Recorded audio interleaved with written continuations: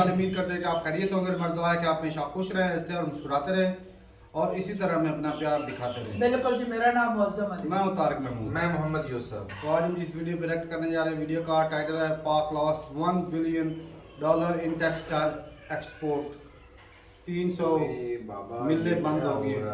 Video देखते हैं और अपना बयान कर देंगे। कौन ऑन करते हैं? 1 2 3।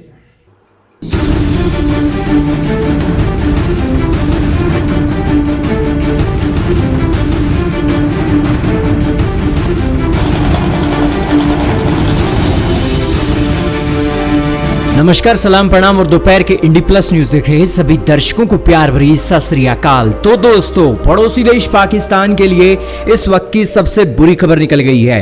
आज तारीख हो गई है 7 जुलाई। 7 जुलाई का आर्टिकल आपकी स्क्रीन पर चल रहा है, जिसके अंदर बताया गया है कि पाकिस्तान की टेक्सटाइल के सेक्टर को $1 बिलियन के लॉस का सामना करना पड़ रहा है, क्योंकि उनके देश में 300 से ज्यादा टेक्सटाइल की जो फैक्ट्रियां हैं वो बंद हो गई है, क्योंकि गैस की सप्लाई नहीं हो रही है। और गैस की सप्लाई नहीं मिल रही है तो उनकी फैक्ट्रियां बंद हो गई हैं। दोस्तों, पाकिस्तान के लिए टेक्सटाइल का सेक्टर डूबते को तिनके का सहारा है और जो 2 पैसे पाकिस्तान आज कमा रहा है वो टेक्सटाइल के सेक्टर से ही आते हैं। सारा मामला क्या है, पाकिस्तान के अंदर ये प्रॉब्लम क्यों क्रिएट हुई है और आगे आने वाले समय में क्या ये एक प्रॉब्लम सही होगी या नहीं होगी, सारी बातें आज आपको जानने को मिलेंगी। बहुत इंपॉर्टेंट न्यूज है दोस्तों। क्या होता है पाकिस्तान के अंदर, आपको पता ही है, क्राइसिस चल रहा है। इनके पास फॉरेन एक्सचेंज रिजर्व लगातार खत्म होता जा रहा है और दुनिया के देशों से इन्हें पैसा नहीं मिल रहा है। यही कारण है कि इनका जो रुपया है 208 तक गिर गया है। आपकी स्क्रीन पर भी आर्टिकल चल रहा है।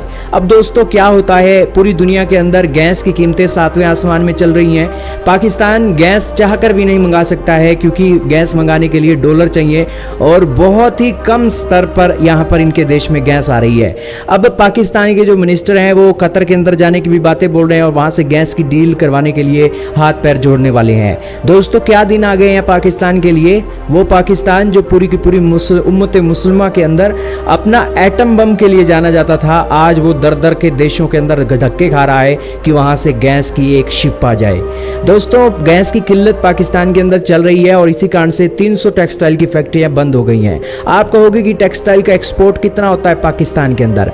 पाकिस्तान अगर 100 रुपए का सामान बेचता है एक्सपोर्ट करके, तो 61 रुपए का सामान इनका टेक्सटाइल का होता है और 40% 39 से 40% इनका मैन्युफैक्चरिंग सेक्टर की एम्प्लॉयमेंट का एक रोल प्ले किया जाता है। दोस्तों, ये एक मोटा माटी आंकड़ा है और इसी के साथ इससे आपको पता लगा होगा कि टेक्सटाइल का सेक्टर कितना बड़ा है इनके देश के लिए। पाकिस्तान ने 2020 में $12.5 बिलियन कमाए थे टेक्सटाइल की इंडस्ट्री से, लेकिन इमरान खान की सरकार के समय में बहुत अच्छे प्रयास भी हुए और $20 बिलियन का कारोबार भी देखने को मिला और 60% की इंक्रीज भी देखने को मिली। लेकिन अब गैस की किल्लत हो गई है, फैक्ट्रियां बंद हो गई हैं और पिछले समय के अंदर जो इनकी पहले की सरकार थी उन्होंने 100 से ज़्यादा फैक्ट्रियां खोली थी, $5 बिलियन की इन्वेस्टमेंट भी लेकर आए थे और टेक्सटाइल के सेक्टर को एक बहुत बड़ा बल मिला था। लेकिन अब गैस की सप्लाई नहीं मिल रही है तो इनका काम चौपट हो गया है। पाकिस्तान ने इस साल के लिए टारगेट रखा था कि $25 बिलियन का हम एक्सपोर्ट कर देंगे और ये एक्सपोर्ट हो भी जाता, क्योंकि $20 बिलियन का तो इन्होंने पिछले साल कर दिया था और इस साल कीमतें भी ज़्यादा हैं तो $25 बिलियन तक ये पहुँच सकते थे। लेकिन अब इन्हें लॉस हो गया है। हफ्ते के अंदर गैस की सप्लाई पूरी तरीके से ठप है और 300 फैक्ट्रियां बंद है। $1 बिलियन के एक्सपोर्ट के जो ऑर्डर इन्हें मिल सकते थे वो अब नहीं मिले हैं। अब ये दोस्तों बहुत बुरी हालात है किसी देश के लिए। हालांकि बात करें पाकिस्तान के लिए तो पाकिस्तान के लिए कोई नई बात नहीं है दोस्तों। जब से इनका टेक्सटाइल का सेक्टर चल रहा है तब से लेकर अब तक इनकी किल्लत तो रही है एनर्जी और इसी के साथ गैस और इसी के साथ बिजली की। दोस्तों, 2012 की वीडियो आप उठाकर देख लो, 2015 की वीडियो उठाकर देख लो, 2017 की उठाकर देख लो या आज की वीडियो उठाकर देख लो, हर साल के अंदर इनके देश में दोस्तों टेक्सटाइल के सेक्टर एक नई बुलंदियों को छू सकता था। लेकिन इनकी सरकार मौजूदा समय में कभी बिजली नहीं दे सकी है, गैस नहीं दे सकी है, तो बताओ दोस्तों वहां की जनता क्या करे।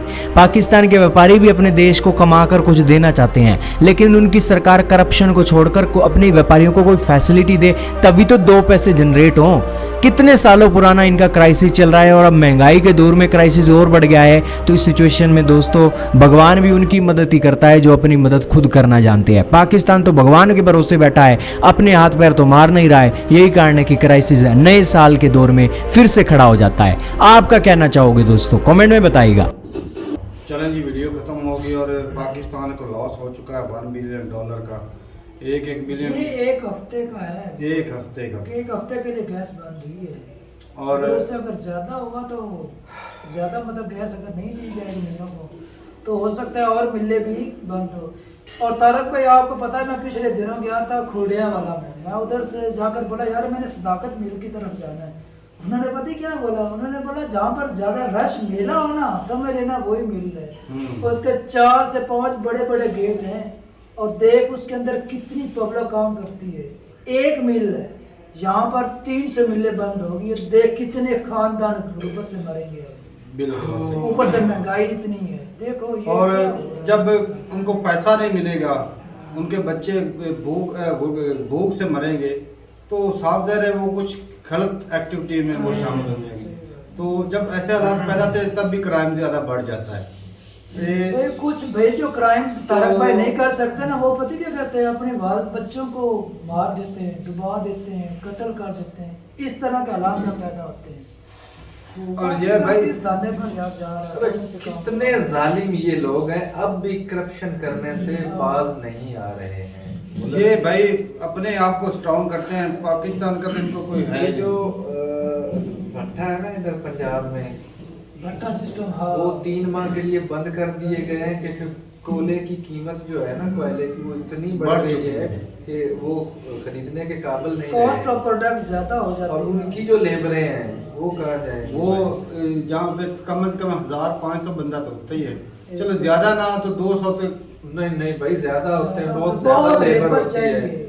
बहुत लेबर चाहिए। इतनी ज्यादा लेबर, वो भी भूख से मरेंगी। और बेचारों का जिनका काम होता है वो दिहाड़ी करना, वो तो मरेंगे ना। अब 300 मिल नहीं बंद हुई भाई, ये हजारों लाखों जो लोग हैं वो चूल्हे ठंडे पड़े हैं। उनके चूल्हे ठंडे पड़े हैं। और जब ये एक्सपोर्ट नहीं होगी, कारोबार नहीं होगा, तो कंट्री के जो कंट्री का डॉलर कैसे अच्छा रशिया से तेल की बात कर रहे थे, वो पहले जो गैस का मुआहदा हुआ था उन्होंने मेरे ख्याल से इधर ईरान तक अपनी अपनी लाइन पाइपलाइन बिछाई थी, बिछाई उससे थी। आगे पाकिस्तानियों ने बिछानी थी। ये बहुत सालों का पुराना कॉन्ट्रैक्ट है, लेकिन उन्होंने आज तक कोई उस पर अमल दरामद नहीं किया। अब ये और तरफ भाई भाग इनको रहे हैं, लूटने के उधर से अलावा जब गैस कोई और लेकर काम इधर हो से तो- पाइपलाइन नहीं बिछानी पड़ेगी। और हम तो ऐसे ही इमरान खान को गालियां निकालते रहे भाई, उसके दौर में तो काफी तरक्की हुई है। चलो एक्सपोर्ट में इजाफा तो हुआ ना कम से कम टेक्सटाइल के, और क्योंकि भाई बिजली 5 बिलियन बिजली- इन्वेस्टमेंट आई हाँ। और 100 से ऊपर टेक्सटाइल मिलें जो बंद पड़ी थी उनको भी चलाया गया। बिल्कुल 12 से असल में बिजली उसके 12 दौर में बिलियन ठीक से हो। 20 बिलियन हाँ, का एक export मिनट लेकर भी गए। बिजली नहीं हाँ, गई उसके नहीं दौर- लगती। दौर में बिजली ठीक थी और और बिजली से सस्ती भी कारोबार थी, चलता है, सस्ती भी थी। सब्सिडी देता रहा भाई, सस्ती थी बिजली। और मैं कहता हूँ सब्सिडी से ही ये ज़्यादा नुकसान हुआ है। और वो 4-5 बिलियन हम कमा तो लिए, लेकिन उससे अब देख लो कितना ज़्यादा लॉस भी हो रहा है। तो नॉर्मल हालात रहते तो शायद ये लंबा अर्सा चल जाती है। कुछ होते ना वो ये लालच वाली बात होगी कि वो अंडा जो है एक दिन में सारे अंडे निकालने वाली बात है। लेकिन तारक भाई ये भी देखा जाए, जब सब्सिडी दे रहा था तब 20 बिलियन रिजर्व था, अब सब्सिडी भी खत्म है, रिजर्व कितना देख लो। अरे भाई भाई हो इमरान खान मानते हैं करप्ट है ना है, जिस तरह भी, लेकिन ये जो मौजूदा हुकूमत है इससे पहले ये जो ये उससे भी बड़े ये हैं। उससे भी बहुत ज्यादा गुना ये तो बड़ी उससे- है। मेजर साहब कहते हैं ना कि एक निकम्मा है, हाँ। दूसरा उससे भी ज्यादा निकम्मा। निकम्मा है, ये डबल बड़ी बात है, ये तो पुराने पापी हैं तो वो लूटेंगे। क्या क्या कहते हैं ना? कौन से पापड़ बेल रहे हैं पापी जो है, ये क्या कर क्या रहे हैं? अरे तमाशा बना के रख दिया मुल्क का। अरे भाई ये तमाशे अपने वो करने आए थे ना दूसरे, अपने जो केस ऊपर खारिज केस करते लगे हैं। हुए हैं। हाँ। अब देख ले अच्छा बाकी मनपसंद के जो बंदे थे उसको मनपसंद की सीटें हमारे लोग दिलाएंगे। हमारे गवर्नमेंट देख लो, सरकार वो चलाते हैं जो क्रिमिनल लड़ते हैं भाई। हाँ। वो कंट्री के हम सरकार हालांकि बना हमारे देते जो है ना रूल के अंदर लिखा है, लॉ के अंदर जो जिसके ऊपर केस एक भी है ना वो इक़्तिदार के अंदर नहीं आ सकता, जो सियासत के अंदर ही नहीं आ सकता। और इधर से देख लो जिसके ऊपर ज्यादा केसेस है ना वो सबसे ऊंची पोस्ट। भाई माइट इज राइट, इधर तो ये रूल ही चल रहा है। तो ठीक है भाई, अब ये भी बताइएगा कि इंडिया की जो टेक्सटाइल में एक्सपोर्ट है वो कितनी ज़्यादा है।